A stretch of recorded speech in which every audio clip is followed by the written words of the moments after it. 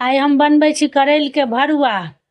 तऽ देखियो ई करैल जे छै तऽ अहाँके हरियर करैल छै, कियाकि अहाँके दिल्ली में उजरा करैल नहीं मिले छै, गाँव में मिले छै। तहन तऽ जे मिले छै सएह बनेबै। तै के सबटा के काटि लेब। आइ के हम ने लहसुन प्याज वाला बनेबै, बहुत निक लागत खाइत। हम बिना लहसुन प्याज के सेहो बनेने छियै। आब एकरा हम उबालि देलियै करैल के। तऽ कुकर में हम पानी धऽ देने छलियै, कनी नून धऽ देलियै, ओहिके बाद हम उबालि देलियै। आब ई अहाँके ठंडा भऽ गेलै। तऽ आब एहिमे से हम सबटा बिया के निकालि दै छी। ई चम्मच लऽ कऽ सबटा के निकालि लेब। आब हम सरसों पीसै छियै एहिमे। आब एहिमे हम लहसुन दै छियै। ई करैल के बिया छै सेहो हम एही में धऽ दै छियै। ई सबटा के पीस दै छियै। एहिमे प्याज कटने छियै, टमाटर अहू सबके पीसबै।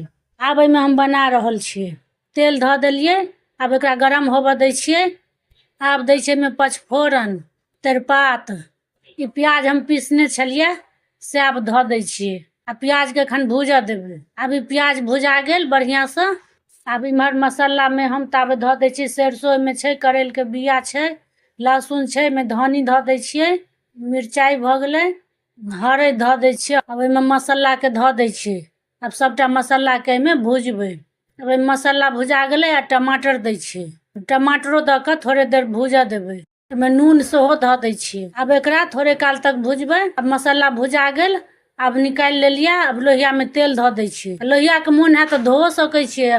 ओना हम धोने नहीं छियै तऽ मसाला कनी लाल लाल भऽ गेलै। तऽ एहिसँ लोहिया अहाँके जरत नहीं, ओ ठीक भऽ जायत। मसाला एखन गरम छै।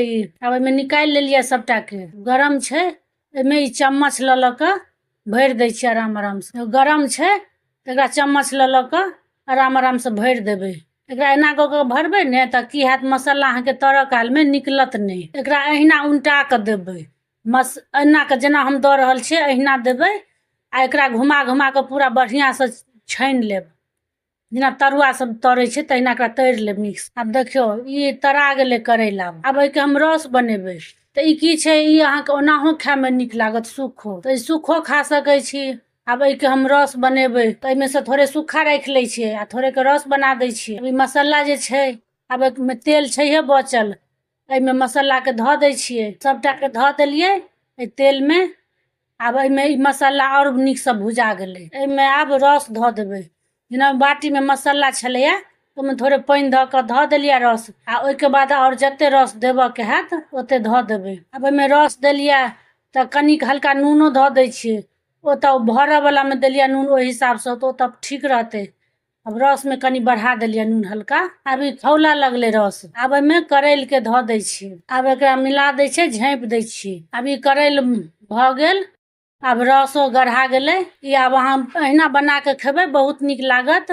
ई वीडियो यूट्यूब पर देखै छी सब्सक्राइब कऽ देबै, फेसबुक पर देखै छी फॉलो कऽ देबै। धन्यवाद।